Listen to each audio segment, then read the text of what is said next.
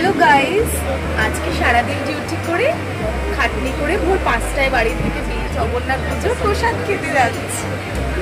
রথের রশিতে টান দিতে। এতক্ষণ ধরে যে ইন্ট্রোডাকশন দিল, এবার তার ইন্ট্রোডাকশন দিয়ে দিই। ও হচ্ছে নবমিতা, আমার সহকর্মী। আর আজ যাদের যাদের ব্লগে তোমরা দেখতে পাবে তারা প্রত্যেকেই আমার সহকর্মী। আমরা এসেছি শ্যামনগর তনয়াদের বাড়ি। উদ্দেশ্যটা কি সেটা তো নবমিতাই তোমাদেরকে জানিয়ে দিয়েছে। তবে উল্টো রথের রশিতে আর টান দেওয়া হয়নি, কারণ ততক্ষণে জগন্নাথদেব তনয়াদের বাড়িতে এসে পৌঁছে গিয়েছে। এতক্ষণ ধরে যার সম্পর্কে কথা বলছি, এবার তার সঙ্গেও পরিচয় করিয়ে দিই। এই হচ্ছে আমাদের তনয়াদি, যার বাড়িতে আমরা গিয়েছিলাম। ও, আমারই তো হাই বলা হয়নি। হাই এভরিওয়ান, আমি Rumki. Welcome you all to my life. এটা ছিল গতকালের ব্লগ। তনয়াদির সঙ্গে আড্ডা মেরে নিচে নামতেই দেখলাম অন্যান্যরাও হাজির, তাই হয়ে গেল একটু ফটো সেশন। ছবি তোলা সেরে নজর ঘোরাতেই দেখলাম প্রচুর মানুষ কীর্তন শুনতে চলে এসেছে।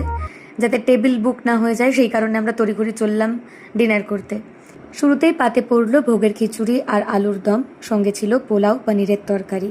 তারপর এলো আনারসের চাটনি আর পাঁপড়। ডেজার্টে ছিল মালপোয়া আর পায়েস।